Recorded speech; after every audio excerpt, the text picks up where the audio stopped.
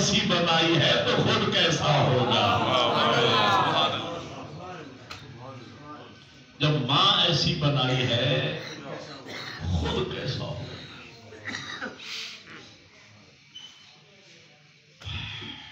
کون ماں سب سے آخر میں ناراض ہونے والی؟ توجہ، ماں کون ماں سب سے آخر میں ناراض ہونے والی اور سب سے پہلے مان جانے والی؟ ماؤں کے ساتھ آپ نے بھی زندگی گزاری ہے. سب سے آخر میں ناراض ہونے والی، سب سے پہلے مان جانے والی. دعائے کمیل میں میرے امیر آقا ارشاد فرماتے ہیں یا سری الرضا اغفر لمن لا یملک الا الدعاء، اے جلدی راضی ہو جانے والی ذات.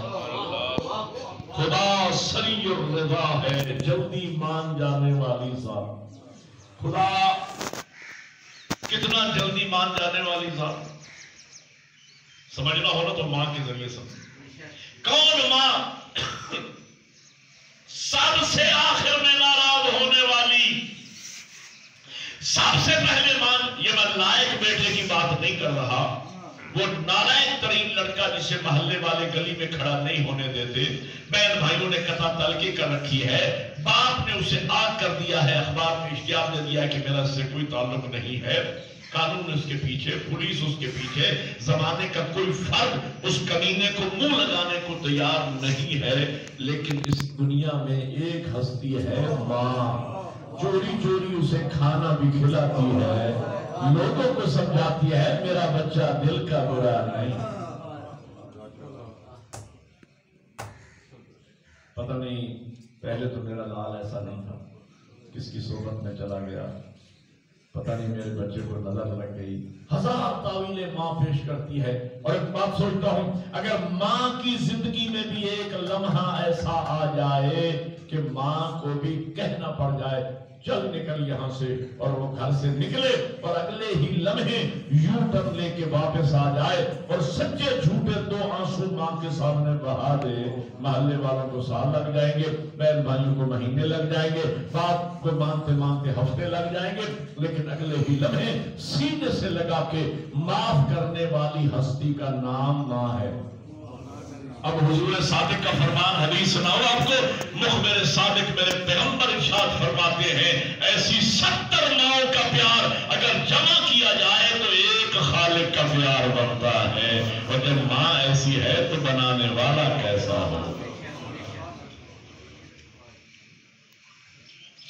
سری الرضا، خدا جلدی مان جانے والی ذات. کتنا جلدی مان جانے والی ذات ہے؟ سنیے خدا کتنا جلدی مان جانے والی ذات ہے. قصص الانبیاء میں نے پڑھا،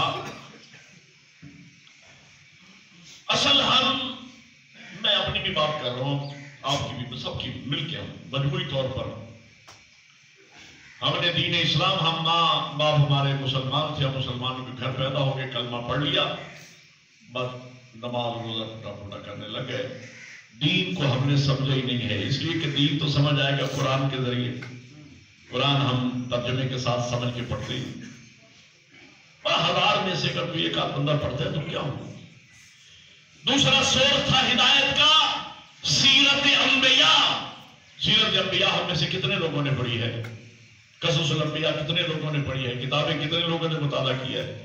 اس کے بعد سورس ہے جہادہ معصومین علیہ السلام کی ذوات مقدسہ، پیغمبر اسلام سے لے کر مولا علی، امام حسن و حسین، جناب سیدہ اور بعد میں امام تک، یہ جو اولیاء خدا ہیں ان کی سیرت، ان کا کردار ہمارے لیے رول ماڈل ہے. قرآن میں اللہ فرماتے ہیں لقد کان لکم فی رسول اللہ اسوۃ حسنہ، حضور کی حیات طیبہ تمہارے لیے رول ماڈل ہے. اسوہ کسے کہتے ہیں؟ او بھائیو، کھانا اسوہ نہیں ہے، کیسے کھانا ہے یہ اسوہ ہے. حضور کھانا کیسے کھاتے تھے؟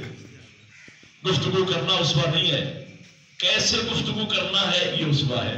حضور لوگوں سے کیسے گفتگو کرتے تھے. لوگوں سے ملنا یہ اسوہ نہیں ہے. کیسے ملنا ہے؟ حضور کیسے مصافحہ کرتے تھے، کیسے بغلگیر ہوتے تھے، حضور کا حسن اخلاق کیا تھا. کھانے کے آداب حضور سے ہم نے سیکھے، بولنے کے آداب ہم نے سیکھے، اخلاق کریمانہ ہم نے سیکھا رسول اللہ سے. ہم نے کہاں تک ان کو اسوہ بنایا؟ کچھ بھی نہیں. ہم نے رسول اللہ کی ذات کو اسوہ نہیں بنایا، اہل بیت کی ذات کو اسوہ نہیں بنایا. میں عرض کیا کرتا ہوں کہ رحمت للعالمین کا ماننے والا ہو اور ظالم ہو، بولو یار، کلمہ پڑھتا ہے رحمت للعالمین کا، کلمہ وہ خود ظالم ہے. کیا فیض پایا اس نے رسول رحمت کا کلمہ پڑھ کے؟ صبح سے کہہ بھی دیا یا خیرت نے کہہ بھی دیا لا الہ تو کیا حاصل، دل و نگاہ جو مسلمان نہیں تو کچھ بھی. شیر خدا کا ماننے والا ہو اور بزدل ہو، حسن مجتبی کا ماننے والا ہو اور مہمان نواز نہ ہو، بولو یار. سید الشہداء کا ماننے والا ہو اور موت سے ڈر جائے، زین العابدین کا ماننے والا ہو اور بے نماز ہو، کیا فائدہ پہنچا زین العابدین کو ماننے کا؟ باقر العلوم کا ماننے والا ہو اور حلال و حرام کا پتہ ہی نہ ہو، صادق کا ماننے والا ہو اور جب بولے جھوٹ بولے. میرے خیال ہے آپ ناراض ہو گئے.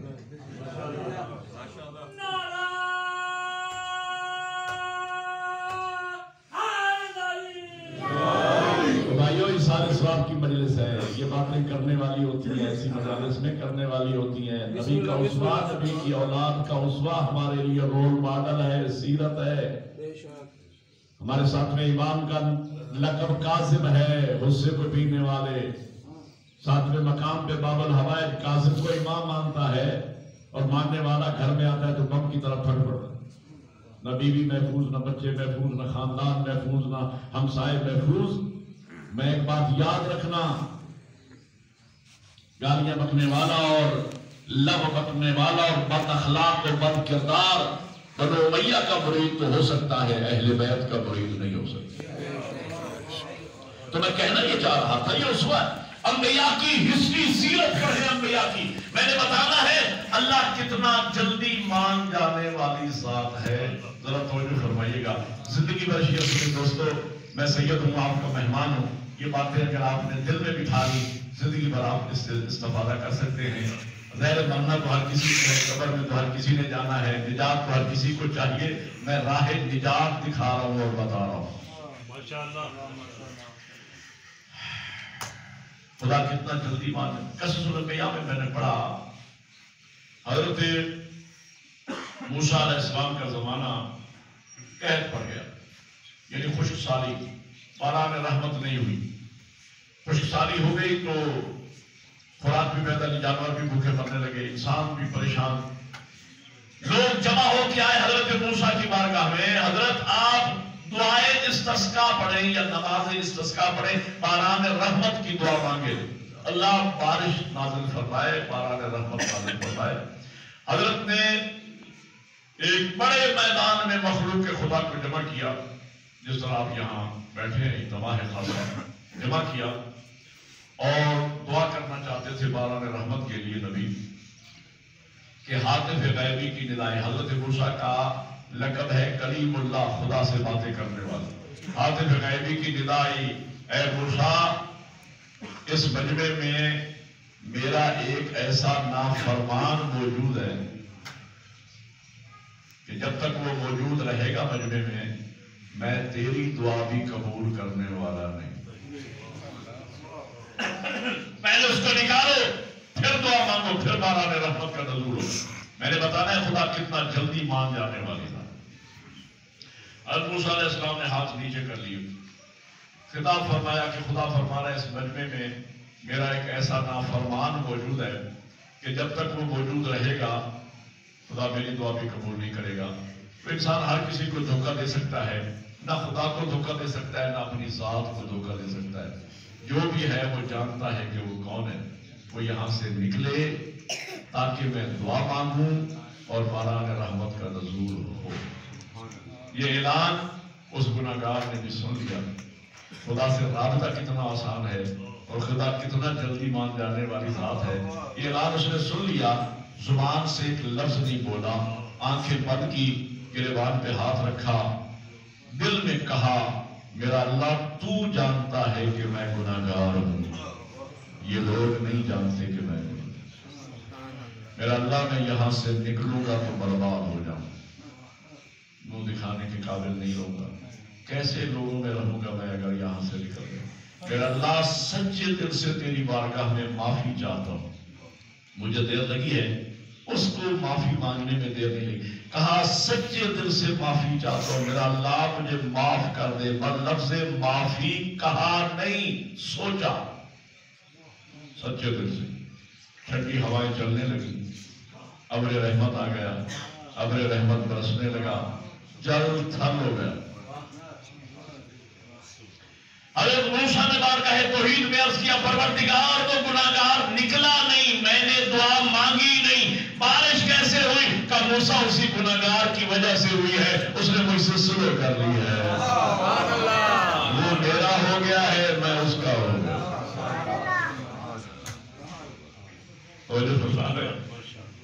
وہ میرا ہو گیا ہے، میں اس کا ہو گیا. اس نے میرے ساتھ شروع کر دیا، اسے معافی مانگ لی ہے، میں نے اسے معاف کر دیا. بڑی صاحب پچھلے دنوں میں موٹر وے پہ سفر کر رہا تھا، ایک چھوٹا سا کلپ آیا. ایران کے ایک بزرگ عالم دین تھے، خطاب فرما رہے تھے، 1.5-2 منٹ کا کلپ. اسی میرے موضوع سے مطابقت رکھتا ہے اور میں اپنا پورا اشرہ قربان کر دوں ایک جملے پر. کیا اس بزرگوار نے جملہ ارشاد فرمایا؟ فرماتے ہیں کہ حضرت موسیٰ، حدیث روایت بیان کی انہوں نے، حضرت موسیٰ جا رہے تھے کوہ پر خدا سے گفتگو کرنے. ایک شخص آ گیا، قدموں پہ ہاتھ رکھا، حضرت آپ جا رہے ہیں خدا سے بات کرنے کوہ پہ، تو میرا بھی تو لفظی پیغام میرے مالک تک پہنچا دے تو آپ کا احسان ہوگا. حضرت موسیٰ نے فرمایا کہ کہو کیا کہنا چاہتے ہو؟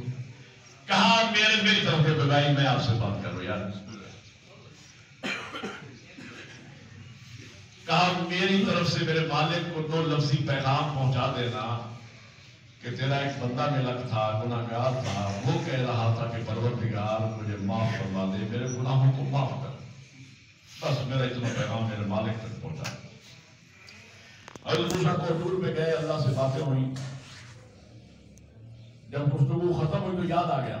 کہا پروردگار تیرا ایک بندہ ملا تھا، گناہگار تھا، کہہ رہا تھا میرے مالک سے کہنا گناہگار ہوں، میرا اللہ مجھے معاف کر دے.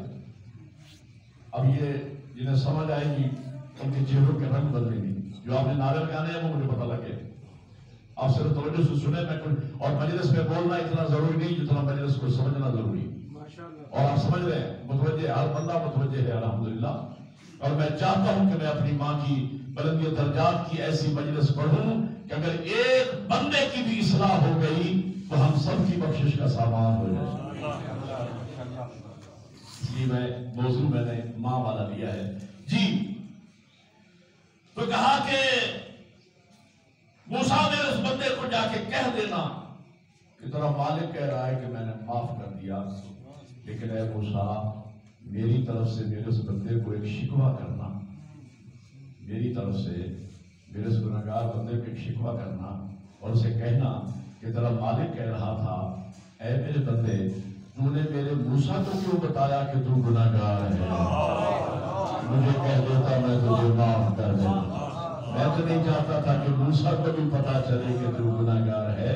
میں تو ستار العیوب ہوں، عیبوں پہ پردہ ڈالنے والی ذات. آپ نے حضرت بہلول دانا کا نام سنا؟ کچھ آپ لوگوں نے سنا ہے؟ الحمدللہ سر جا رہے ہیں.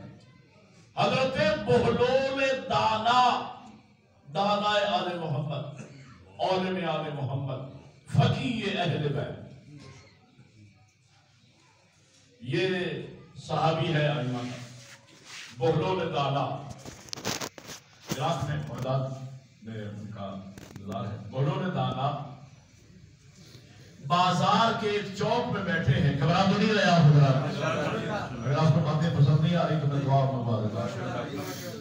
یہ آپ کے لیے میں پڑھ رہا ہوں. میں نے بڑا لمبا سفر کیا ہے اٹھ شریف سے میں احمد پر کیا، اٹھ شریف سے چلا ہوں، اور وہاں میں نے ابتدا کی مجلس کی، 5 بندوں میں مجلس پڑھ کے میں وہاں سے نکل، جبکہ وہاں کم از کم 60-70 ہزار کا اجتماع ہوتا ہے جب مجلس عروج میں پہنچتی ہے، اور ان کی خواہش تھی کہ مولانا آپ کو ہم درمیان میں پڑھائیں گے یا آخر میں نے کہا مجھے میرے بھائی ہیں علیزہ بھٹی صاحب، اور وہ ان کی ماں نہیں تھی، وہ میری بھی ماں تھی، تو میں تعزیت کے لیے مجھے حاضر ہونا تھا، اسی بہانے میں اپنی ماں کی بلندی درجات کی مجلس بھی پڑھ لوں گا اور ساتھ تعزیت بھی ہو جائے گی۔ تو میں نے لمبا سفر کیا ہے، میں چاہتا ہوں کوئی پیغام پہنچے، درود پڑھتے محمد والے حضرت بہلول دادا بازار کے چوک میں بیٹھے ہیں اور ہاتھ ہلاتے ہیں، اوپر دیکھتے ہیں، ہاتھ ہلاتے جا رہے ہیں اور باتیں کیے جا رہے ہیں، لوگ جمع ہو گئے، تبلیغ کا ان کا انداز بڑا نرالا ہوتا، لوگ تماشائی اکٹھے ہو گئے، ان تماشائیوں میں ایک عارف شخص بھی تھا جو جانتا تھا یہ دیوانہ نہیں، یہ دانا عالم ہوں۔ وہ آگے بڑھا، اس نے کہا حضرت آپ کس سے گفتگو کر رہے ہیں؟ کہا میں اپنے خالق و مالک سے باتیں کروں۔ آپ بھی نماز میں خدا سے باتیں کریں؟ کہا میں خدا سے گفتگو کر رہا ہوں۔ اس نے کہا موضوع گفتگو کیا ہے؟ کس موضوع پہ اللہ سے باتیں ہو رہی ہے؟ توجہ کا موضوع گفتگو یہ ہے کہ کوشش کر رہا ہوں کہ اللہ اور بندوں کے درمیان صلح ہو جائے، خدا اور بندوں کے درمیان صلح کرانے کی کوشش کر رہا ہوں۔ تو اس نے پوچھا کہ حضرت پھر بات کہاں تک پہنچ گئی ہے؟ فرماتے ہیں کہ بات یہاں تک آ گئی ہے کہ خدا مان گیا ہے، اللہ مان گیا، وہ سریع الرضا ہے، جلدی مان جانے والی ذات، مہربان، 70 ماؤں سے زیادہ پیار کرنے والا سریع الرضا ذات ہے۔ سنو تو میں ایک اور جملہ بھی آپ کو سنا دوں، آپ کل میرے چوتھے امام علی زین العابدین علیہ السلام، بات سمجھیے گا، پوری مجلس ہے ایک جملے میں۔ چوتھے امام کی خدمت میں ایک شخص آتا ہے، اعلان کی عرض کرتا ہے فرزند رسول میں ایک محفل سے اٹھ کے آ رہا ہوں، حسن بصری کی محفل لگی ہوئی تھی اور حسن بصری گفتگو کر رہا تھا لوگوں کے درمیان بیٹھ کے، اور حسن بصری یہ کہہ رہا تھا کہ مجھے تعجب ہے گناہگار کے جنت جانے میں، کہ گناہوں سے بھرا ہوا شخص، گناہگار بندہ جنت جیسی پاکیزہ مقدس مقام پہ جائے گا تو کیسے؟ وہ لوگوں میں کہہ رہا تھا، توجہ، حسن بصری کہہ رہا تھا کہ مجھے تعجب ہے گناہگار کے جنت جانے پہ۔ امام نے فرمایا حسن بصری غلط کہہ رہا ہے، حسن بصری غلط کہہ رہا ہے۔ مولا آپ کیا فرماتے ہیں؟ امام فرماتے ہیں مجھے گناہگار کے جنت جانے پہ تعجب نہیں، مجھے تعجب اس بات پہ ہے کہ اللہ کی اتنی رحمتوں کے ہوتے ہوئے کوئی گناہگار جہنم میں کیسے جائے گا؟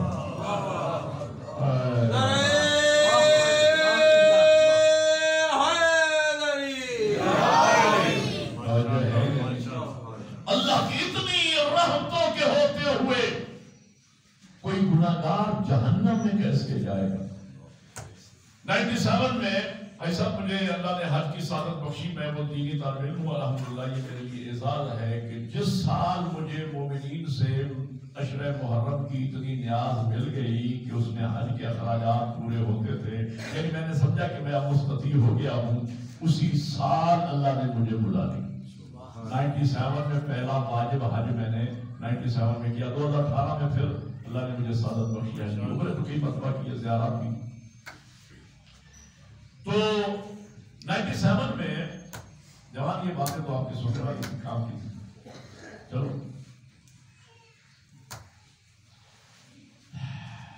قاری جان محمد صاحب حج میں میرے ساتھ تھے، جانتے ہیں قاری جان ہماری بات ہے، قاری صاحب میرے ساتھ 40-45 دن مکہ مدینہ میں اکٹھے رہتے، اٹھتے بیٹھتے وہ ایک بات کرتے کہ اٹھو گناہگار تیرے سب گناہ معاف۔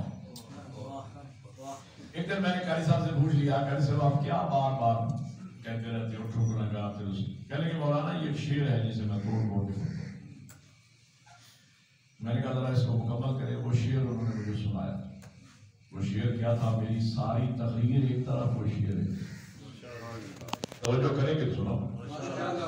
ساری تقریر ایک طرف وہ شعر ایک طرف. وہ شعر پھر میں نے میدان عرفات میں پڑھا. بزرگان علماء موجود تھے. علامہ مرزا صالح حسن صاحب قبلہ تھے، علامہ محمد عباس نقوی صاحب تھے، علامہ ذیشان حضرت جوادی صاحب. بزرگان نے خطبات ارشاد فرمائے. مجھے بھی چند منٹ ملے، ٹوٹے پھوٹے 4 لفظ میں نے بھی کہے. وہ شعر میں نے وہاں پڑھا. جب میرا رحمت سامنے تھا میں نے عرض کیا میرا اللہ تیرا حکم ہے ہم گناہگاروں کو، عام انسانوں کو تیرا حکم ہے کہ اپنے دروازے سے، اپنے در سے سائل کو خالی نہ پلٹانا.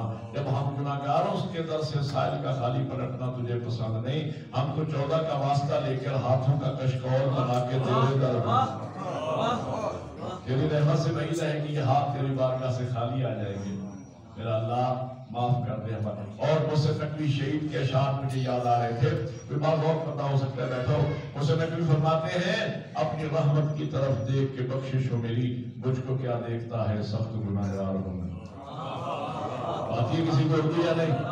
مجھ سے نقوی دوسرے مقام میں فرماتے ہیں نظریں تیری رحمت کی طرف دیکھ رہی ہیں، محسن تیرے دربار میں چپ چاپ کھڑا. وہاں میں نے وہ شعر پڑھا جو قاری صاحب نے مجھے سنایا. شاید نے جو تخیل پیش کیا ہے نا، وہ تخیل یہ ہے کہ میں نے جلدی آپ کی زحمت کو تمام کر رہا ہوں. اب معاملے 2 ہیں. ایک تو آپ لنگر کر چکے، جو بندہ کھانا کھا چکا ہو اس کے لیے مجلس سننا بڑا مشکل ہوتا ہے. دوسرا یہ ہے کہ آپ جلدی میں ہیں کہ مولانا ختم کرے تو ہم نے گھر بھی جانا ہے، اس لیے. لیکن آپ کو جو فرمایا بہت جلدی چند منٹوں میں آپ کی زحمت. اب میں نے لمبا سفر کیا تو کچھ عرض کروں گا. سرکار مجلس پاک امام حسین علیہ السلام کے پہلا انعام یہ ملتا ہے کہ جتنی دیر بندہ یاد کرے وہ زندگی سے نکال دیا جاتا ہے. درود پڑھے محمد والے محمد.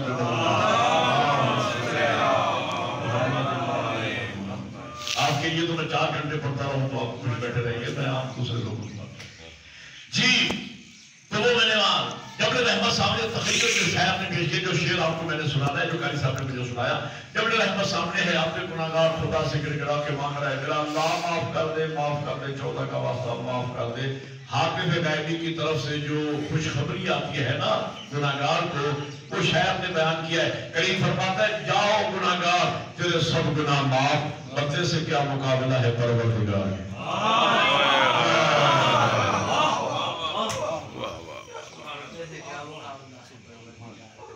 بندے سے کیا مقابلہ ہے پروردگار. توجہ فرمائے. تو کہا حضرت محمود دانا سے اس نے پوچھا کہ حضرت معاملہ کہاں تک پہنچ گیا ہے؟ کیا بات یہاں تک آ گئی ہے کہ اللہ مان گیا ہے بندے نہیں مان؟ وقت گزر گیا. روک رہا ہوں میں یہیں پہ بات ہوں. میں اس کو پھیلاؤں کہ گھنٹوں بات ہو سکتی ہے لیکن میں دانستہ طور پر روکوں. وقت گزر گیا. شام کا وقت ہوا.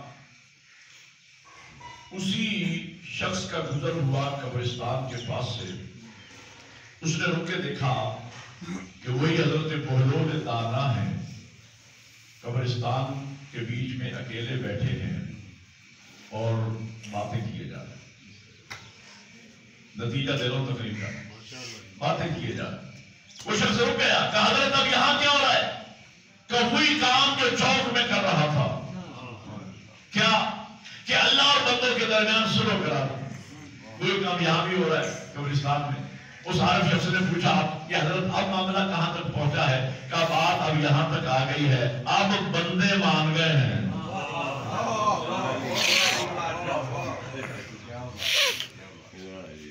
اب خدا بھائیو مجھے بتاؤ ایصال ثواب کی مجلس میں اس سے بڑا میں آپ کو کیا درس دوں؟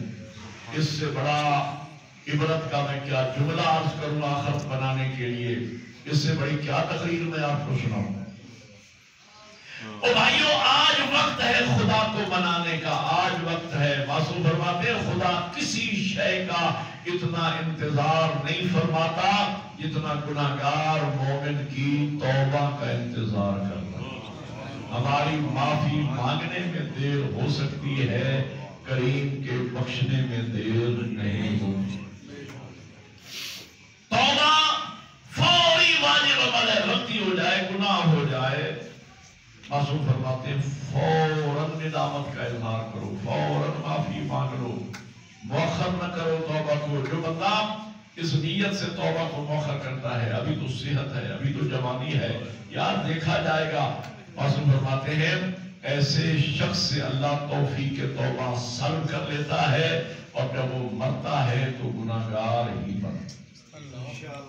آج وقت ہے خدا کو منانے کا، آج کل نہیں، کل کا کوئی پتہ نہیں کسی کو، اور موت کسی بزرگ کے ساتھ جڑی ہوئی نہیں ہے، موت کسی بیمار کے ساتھ جڑی ہوئی نہیں ہے۔ بیمار صحت یاب ہو کر سال ہر سال زندگی گزارتے ہیں، بزرگ لمبی عمر پاتے ہیں، بچے مر جاتے ہیں، جوان مر جاتے ہیں، آج تو حادثاتی موت ہے۔ فوری واجب عمل ہے، خدا سے توبہ طلب کرو، خدا سے معافی مانگو، اور پھر خوش نصیب ہو محبان اہل بیت، آپ کے پاس تو خدا کو منانے کے واسطے ہی بڑے ہیں، محبوب کے واسطے سے معاف کرے گا، نہیں تو علی کا وسیلہ مان لے گا، نہیں تو سیدہ کا واسطہ مان لے گا، نہیں تو حسنین شریفین کا واسطہ مان لے گا، نہیں تو جناب سکینہ کا واسطہ مان لے گا۔ مانگو خدا سے، توبہ طلب کرو، اس سے پہلے کہ توفیق توبہ سلب ہو جائے، اس سے پہلے کہ موت کا فرشتہ آ جائے۔ مرنا ہے اور بہر صورت مرنا ہے، موت سے کسی کو مفر نہیں ہے۔ او بھائیو، یہ 4 دن کی زندگی ہے، 4 دن کی، 4 دن بھی اصطلاحاً میں کہہ رہا ہوں، بعض تعبیرات میں معصوم نے فرمایا ہے کہ یہ پانی کا ایک بلبلہ ہے جو بھرتا ہے اور مٹ جاتا ہے۔ ایک بات میں آپ کو سنا دوں، حضرت نوح علیہ السلام کی عمر مبارک 2500 سال تھی، 2500، 900 سال تو تبلیغی زندگی تھی۔ میں نے ایک رسالے میں ایک روایت پڑھی، ایک عورت آتی ہے حضرت نوح علیہ السلام کی، اس دور میں امت میں بھی عمر کا جو ریشو تھا وہ یہی تھا۔ ہمارے حضور کی عمر مبارک ظاہری اس دنیا میں 63 سال حضور نے زندگی گزاری، تو امت میں بھی عمر کا تناسب یہی ہے، 63 سال تقریباً۔ اس دور میں حضرت نوح کی عمر 2500 سال تھی، تو امت میں بھی تناسب یہی تھا، لمبی عمریں ہوا کرتی۔ ایک عورت آتی ہے حضرت نوح علیہ السلام کے پاس، حضرت میرے بچے ہوتے ہیں، چھوٹی عمر میں فوت ہو جاتے، دعا کریں اللہ میرے بچوں کی عمر لمبی کرے۔ یا نبی اللہ، ایک میرا بیٹا تو 900 سال کا بھی تھا بیچارہ، فوت ہو گیا، ایک بیٹا 1200 سال میں فوت ہو گیا، ایک تو ابھی بیچارہ بچپن ہی میں 400 سال ہی کا ہوا تھا کہ اللہ کو دے۔ حضور صلی اللہ علیہ وسلم مسکرائے، مسکرا کے فرماتے ہیں کہ اے خاتون، ایک زمانہ آنے والا ہے لوگوں کی کل عمر 60-70 سال ہوا کرے گی، اور کوئی 80 سال تک بھی پہنچ جائے گی کل عمر۔ وہ عورت حیران ہو کے پوچھتی ہے کہ حضرت اس کا مطلب یہ ہوا کہ پھر اس زمانے کے لوگ اپنے رہنے کے لیے مکان تو نہیں بنائے، اور جنہوں نے رہنے کے 60-70 سال ہے دنیا میں، تو کیا مکان بنانے کا تکلف کرے؟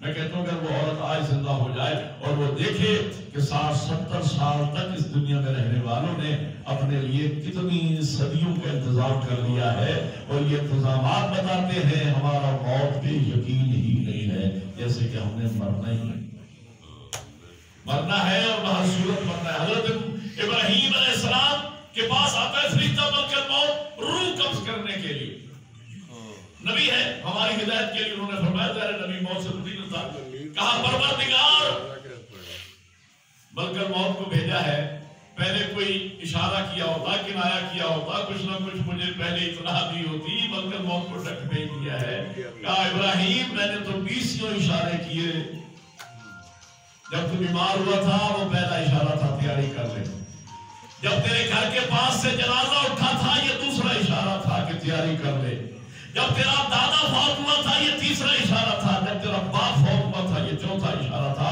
مرنا ہے اور بہر صورت مرنا ہے، موت سے کسی کو مفر نہیں ہے۔ میری آج کی تقریر کا خلاصہ یہ ہے، لوگوں نے اٹھنا شروع کر دیا ہے، انہیں یہ باتیں پسند نہیں آ رہی، لیکن یہ باتیں آپ کو قبر میں یاد آئیں گی کہ مجلس میں کسی نے متوجہ کیا تھا۔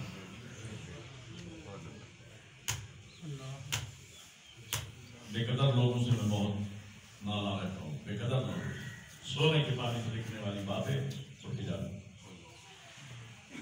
مارا ختم ہوگی میری تقریر. مرنا ہے اور وہاں صورت مرنا ہے. موت سے کسی کو موت نہیں. آج منا لو خدا کی. خدا بڑا مہربان ہے. دیکھنا ہونا کہ خدا کتنا کریم ہے. تو یہ دیکھو کہ حسین کتنا کریم. اسے اندازہ لگاؤ جس کا نمائندہ اتنا کریم ہے اس کا بھیجنے والا اور بنانے والا خدا کتنا کریم. ابھی آج 29 رجب ہے, کل 28 رجب ہے. 28 رجب کو مصحف کے مطابق دو چند شکریہ عرض کر دوں. 28 رجب کو سادات نے مدینہ چھوڑا. دوران سفر میں نے بتانا ہے کہ خدا کتنا کریم ہے. مہربان جو موضوع میں نے لیا اسی پہ ختم کروں. خدا کتنا کریم ہے, وہ کتنا مہربان ہے. دیکھو کہ حسین کتنا کریم ہے. 28 سفر کو سادات نے مدینہ چھوڑا. دوران سفر ایک منزل آتی ہے جسے منزل ذی حشم کہتے ہیں. منزل ذی حشم. وہاں اس منزل پہ میٹھے پانی کا چشمہ تھا.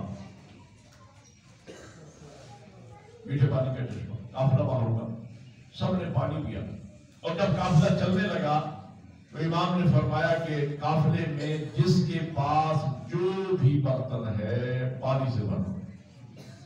ذہن کے علماء کا حکم تھا, امام کا حکم تھا, قافلے میں جو برتن تھا سب پانی سے بھر لیے. کسی نے عرض بھی کیا فرزند رسول پانی ضرورت سے بہت زیادہ ہو گیا ہے. امام فرماتے میرا حکم ہے, پانی بھر لیا گیا. قافلہ چلا. منزل شراب پر جب یہ قافلہ پہنچا کسی نے کہا مولا ہمیں کوفہ کی جانب سے کوئی لشکر فوج آتی دکھائی دے رہی. حضرت نے فرمایا یہاں انتظار کرو, دیکھو یہ کون لوگ ہیں, کہاں سے آ رہے ہیں, کہاں جانا چاہتے ہیں. دو روایتیں میں نے 14 ستارے اور مختار آل محمد میں پڑھی ہیں. ایک روایت کے مطابق 1000 اور ایک روایت کے مطابق 3000 کا لشکر لے کر ہور نے آ کے سیدہ کے لال کا محاصرہ کیا. اور گھوڑے پہ سوار تھا, امام بھی گھوڑے پہ سوار ہوئے. آمنا سامنا ہوا دعا سلام کے بعد. امام فرماتے ہو تو کہاں سے آ رہا ہے, کہاں جانا چاہتا ہے, تیرے ارادے کیا ہیں؟ اور سب کے بعد کہتے ہیں فرزند رسول میں ایک فوجی آدمی ہوں. ابن زیاد کی طرف سے مجھے حکم ملا ہے کہ میں آپ کو گرفتار کر کے دربار میں پیش کروں. امام فرماتے ہو میری طرف دیکھ, میں کائنات کے غلاموں کو آزاد کرانے والے خاندان کا چشمہ چلا رہا ہوں.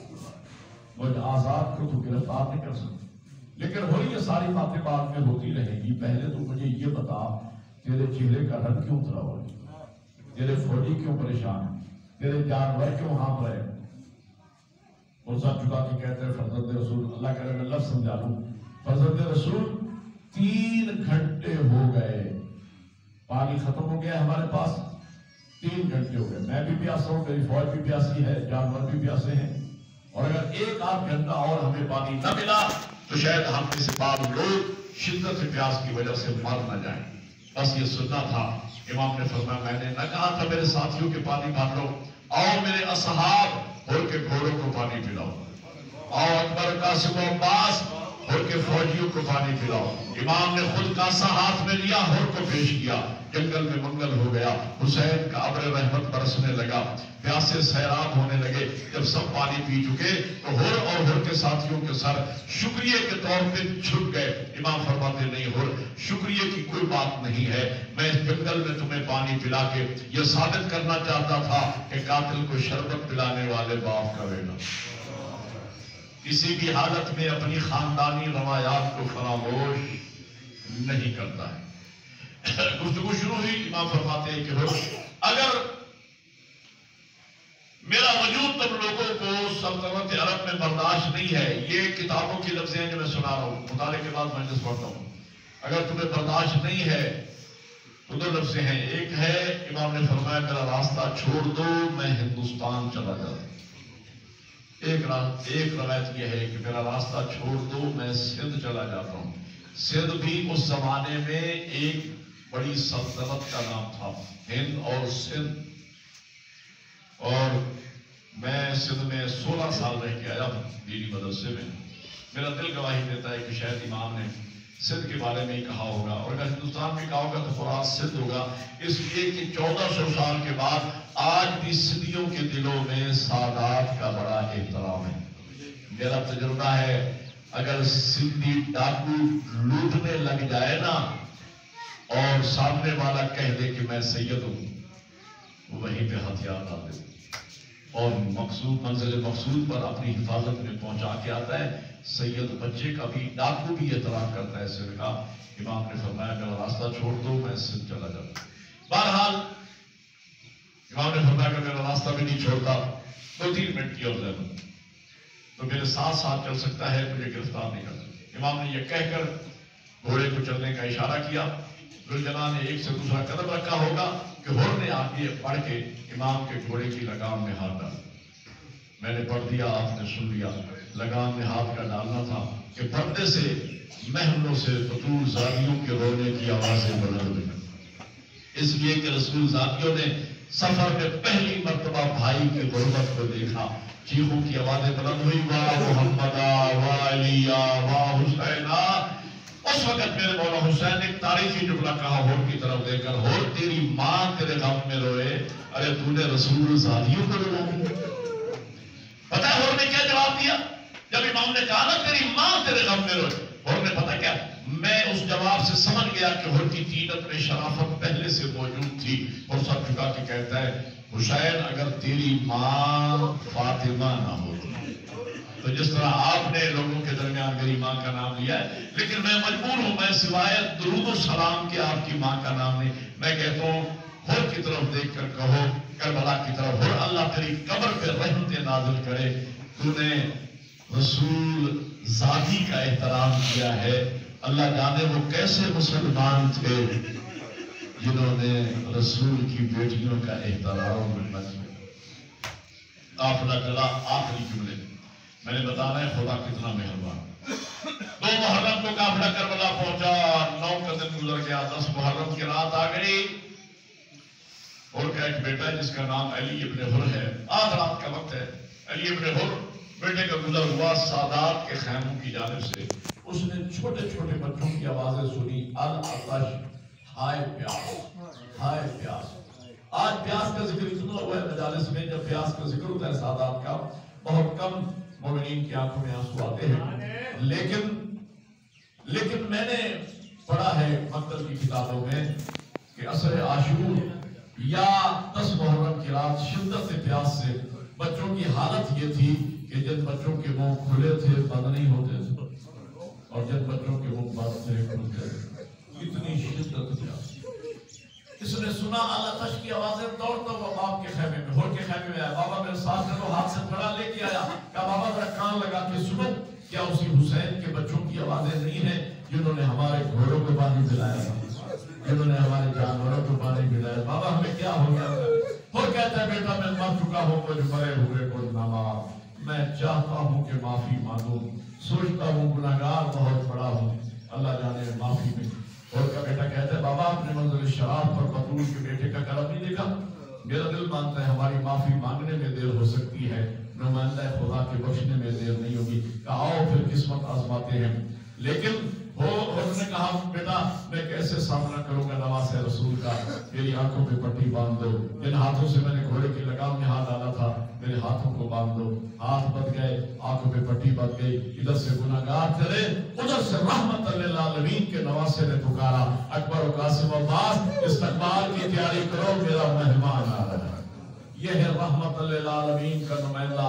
او بھائیوں دین کو سمجھنا ہے تو آل رسول کے سمجھیے، بنو امیہ کے ظالم بادشاہوں کے کرتوتوں کے ذریعے دین کو نہ سمجھے، دین کو سمجھنا ہے تو دروازہ اہل بیت میں آئے، یہاں تمہیں رسول رحمت والا دین ملے گا۔ کہا میرا مہمان آ رہا ہے، اور میں نے کتاب میں مطالعہ کیا ہے، میں نے پڑھا ہے، قریب آئے، آمنا سامنا ہوا اللہ سلام کے بعد، اور نے کسی روایت میں مجھے نہیں ملا کہ ہم نے منتیں کی ہوں، لجاجتیں کی ہوں، آہوزاری کی ہو، نہ ہم نے رک کے ایک جملہ کہا، 3 لفظی ایک جملہ، حلی توبہ۔ سیدہ کا لال کیا میرے لیے بھی معافی ہے؟ توبہ نہیں مانا، لفظ توبہ استعمال ہی نہیں ہوا، میں نے مطالعہ کیا ہے، لفظ توبہ حلی توبہ، لفظ معافی استعمال نہیں ہوا، لفظ توبہ استعمال، حلی توبہ، کیا میرے لیے بھی معافی کی گنجائش ہے؟ امام نے آگے بڑھ کے سینے سے لگا کے کہا اور میں نے تجھے معاف کیا، میرا خدا تجھے معاف فرمائے۔ میں سوچتا یہ ہوں کہ جب نمائندہ ایسا ہے تو خدا کیسا ہوگا۔ کہا میں نے معاف کیا۔ جب کہا نا بھائی اور میں نے معاف کیا، عباس کی آواز آئی بھائی اور میرا سلام، اکبر نے کہا چچا اور میرا سلام، اور محمد نے کہا مامو اور میرا سلام۔ آخری جملے معافی ملی ہر کو۔ اور کا ایک بیٹا جس کا نام علی ابن حر ہے، معراج ہے کرم کی خدا کی قسم، علی ابن حر کا مولا میں چاہتا ہوں بیٹے کو سب سے پہلے میدان جہاد میں بھیجوں، میں بیٹے کی لاش آنکھوں سے دیکھنا چاہتا ہوں تاکہ مجھے بھی تو پتا چلے نا میں نے اولاد زہرا کو گھیر کے کربلا میں لایا ہے کہ جوان کی موت کیا ہوتی ہے۔ اور علی ابن حر کو اجازت ملی، بس ختم ہوگی میری تقریر۔ علی ابن حر میدان میں آئے، جہاد کیا۔ علی ابن حر زین سے جب اترنے لگے اس نے اپنے بابا کو پکارا، بابا میری مدد ہوا۔ اور کہتا نسبتاً میں جوان تھا، حسین ضعیف تھا، میں پوری فوجی طاقت سے دوڑا کہ جوان بیٹی کی لاش پہ پہنچوں، لیکن جب میں بیٹی کی لاش کے قریب پہنچا میری حیرت کی انتہا نہ رہی، رسول کا بیٹا مجھ سے پہلے پہنچ چکا تھا۔ اور کسور کے بیٹے کا سر اٹھا کے زانوں پہ رکھے ہوئے تھے اور آواز دے رہے تھے، آواز دے رہے تھے میرا اللہ یہ ہو کی نہیں میری قربانی ہے، اسے اپنی بارگاہ میں قبول کرنا۔ اور کہتے ہیں میں آگے بڑھا تاکہ بیٹے کی لاش اٹھا کے گنج شہداء میں لے کے جاؤں، لیکن جب میں نے ہاتھ بڑھائے تو مولا حسین نے میرے سینے پہ ہاتھ رکھا۔ کہا اور کیا کرنا چاہتے ہو؟ کہا مولا چاہتا ہوں بیٹے کی لاش اٹھا کے گنج شہداء میں لے کے جاؤں۔ میرے مولا حسین فرماتے ہو تو نیا نیا ہماری طرف آیا ہے، شاید میرے نانا کی شریعت کا مسئلہ تجھے یاد نہیں ہے، میرے نانا کی شریعت کا حکم یہ ہے کوئی ضعیف باپ جوان بیٹے کی لاش نہ اٹھائے۔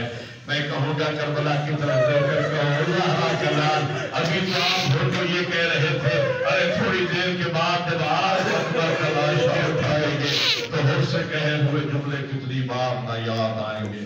وَسَيَعْلَمُ الَّذِينَ ظَلَمُوا وَيَعْلَمُ الْقَلَمُ